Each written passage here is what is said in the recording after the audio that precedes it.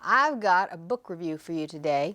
One of my favorite authors, as you can see here, is Lisa Wingate, and I want to tell you about her latest book. But first I want to tell you my favorite book of hers is the first one I read, called Tending Roses. I'm going to link as many of these as I can down below, because if you are a book reader, you want them all. But this one is called The Book of Lost Friends.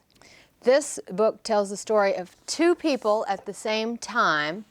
One of them is a slave who has been freed in 1875, so 10 years after the war. She is looking for her family, and she's going from Louisiana to Texas in order to find her family, and she's going there with some people that she really didn't like, but she gets to know them as she travels. And her name is Hannie, and the other person in this story is Benny.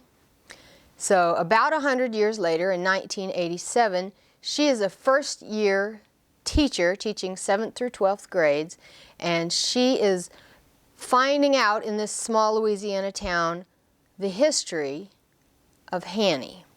So we go through the dual stories as Hannie lives it, and then Benny finds it and reacts to it as a person in 1987 would react to the perils of slavery.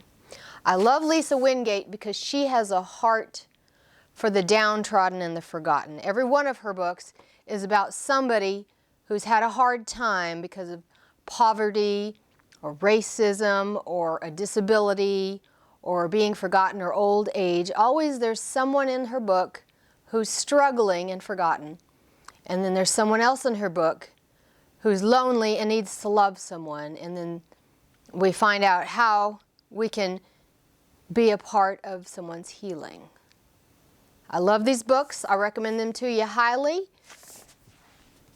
Get this book. Actually, as the books progress, I noticed she's getting into harder and harder subjects. The first one was fairly lighthearted, but by the time you get to this one, these are very serious issues. And she handles them all like a pro. Sometimes it's actually hard to read because of what happens in it, but it's worth the trouble, and you'll be glad you did. Thank you for listening. I hope you decide to like and subscribe. And until I see you again, make time for tea and a good book.